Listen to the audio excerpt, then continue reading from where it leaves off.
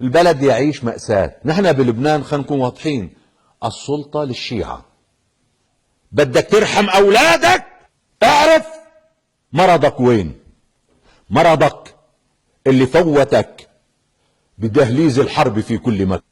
حروب في وجه من هذه الحروب؟ لمصلحة من هذه الحروب؟ اليوم نحن عم نقاتل بتركيا، عم نقاتل عفوا بحلب بخدمة الروس والأمريكان. بعد في حدا عنده أدنى شك أن تحالف أمريكي روسي لقتل المسلمين وأطفالهم ونسائهم وهدم بيوتهم في سوريا؟ بعد في حدا عنده أدنى شك؟ نحن في خدمة من؟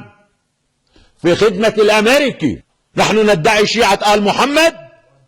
نحن في خدمة الروسي ضد كل طفل مسلم. نحن عملاء، نحن أدنى مستوى من العمالة. يا إخواني، للإنصاف أريد أن أخاطب كل من يسمعني. الأمة الإسلامية تتعرض لحرب لعدوان غربي شرس بدون مبرر. أنهم يحاربون الإرهاب والله أنهم يكذبون. هم صنعوا هذا الإرهاب فقط ليحاربون باسمه. هم صنعوا هذا الإرهاب لينهبوا بلادنا باسمه، ليقتلوا أطفالنا باسمه. حلب اليوم تدمر كبرلين. الطائرات لا تغيب عن سمائها، يقصف أطفالها ليلا نهارا. الطيران الأمريكي والطيران الروسي متحالفان على أطفال المسلمين. هذه الحقيقة. إذا كان في شريف، إذا كان في واحد يؤمن أن لا إله إلا الله فليتب، ليعود عن غيه، ليرجع إلى ربه. لا يكون أداة في يد الأمريكيين والروس، لا يكون خائنا لأهله، لا يكون عدوا لأطفال المسلمين، لا يكون عدوا للقرآن ولنبيه. من يكون مع هؤلاء إن كانوا أمريكان أو روس أقسم لكم بالله عدو ندمر بلادنا في خدمة الآخرين. ليش الأمريكي والروسي بده يدمرونا؟ ليش؟ يا أخي فهمنا، بغض النظر فهمنا في داعش.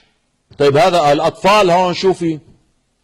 طيب إذا كانت هاي الدول عن صحيح عم تفكر، المفترض تحل المشكلة. ما عم تقولوا ديمقراطية، طيب وقفوا العالم عن بعضها، قولوا ممنوع القتال واعطوه فرصة واعملوا انتخابات، واللي بيجي رئيس أهلا وسهلا، خلي الشعب يقرر. ليش ممنوع؟ بدكن حاكم قد الصباط تبعكم. بدكن حاكم مثل حاكم بغداد، حرامي يمزق يقتل ينهب ويعطيكم وانتم عايشين. ما بدكن حكام لإلنا هيك. ولهذا حاكم مثل أردوغان تعملوا عليه انقلاب. في كلام شعبي منتشر جدا انه كانوا مجهزين طيارات فيها دولارات بالمليارات وفيها ايضا سبائك ذهبية، على اساس اذا كمشوا او قتلوا لاردوغان ويجي يقولوا كاين هربين وكمشنيه ليكو سرق البلد وفيلل. قام هو شيلهم واخذهم على خزنة الدولة. هلا المصاري منين جاية؟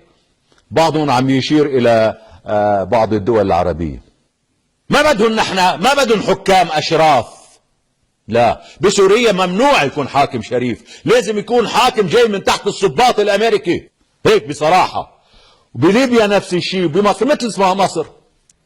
بدك تركض لعند الروسي تصير خادم لإله، بدك تركض لعند الامريكي تصير خادم لإله، ثم بالتالي كلكم تتآمروا على الرجل وبتدكوه بالحبس، قالوا صار مجرم، بتجيبوا ضابط اسرائيلي 100% ليحكم مصر، تنبسطوا كلكم. هلا ما حدا يقول لي لا نحن كنا ضد مرسي. كنتوا ضد مرسي وكنتوا شركاء في الانقلاب عليه، وطبلتوا وفرحتوا كتير وقت اللي دكوه بالحبس، وهلا كنتوا فرحانين ولو لو اردوغان كان راح على الحبس او على الموت او على المقبره. لحتى كل المنطقه تصير العراق وتصير ليبيا وتصير سوريا وتصير كل هالمنطقة هاي. والفساد في العراق أشد وأخطر وأخوف وأعظم من الحرب الأهلية الدائرة فيه. وبالمناسبة أن يعني التيار الديني الشيعي حاكم، عمايم، جبهات محروقة من كثرة السجود. هؤلاء الذين يتحدثون عن مظلومية أهل البيت، وأن الإمام الحسين خرج للدفاع عن جده خرج للوقوف في وجه الظلمة والمجرمين واللصوص، وأن علي بن أبي طالب كذا، وأن السجاد كذا. لا،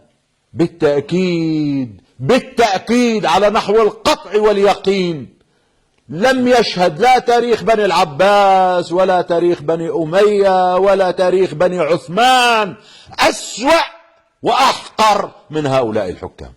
وإذا كان الإمام الحسين قال طاب الموت واستشهد دفاعا عن المسلمين في وجه حكم ظالم كحكم يزيد لا زال أقل منكم شرا وفسادا بكثير. عش الفساد الأمريكي، هكذا الأمريكيين يريدون. الحقيقة نحن باسم التشيع وباسم التسنن نسكت عن كل الآثام، نسكت عن كل الجرائم، نرتكب كل الحماقات، ندمر بلادنا، نقدمها سائغة لكل كلاب الأرض فقط لأنه أنا شيعي وأنت سني. نحن نعرف أفسد من عليها حكام العراق، أفسد نظام، أحقر نظام، أشنع نظام هو النظام العراقي. طبعا يعني هلا لا تقول بأنه العراقيين ما فيهم رجال وما فيهم كرامات وما فيهم أمان، لا، بس الأمريكي في بلادنا يريد أن يكون الحكام هكذا، لصوص، قذرين، سفه.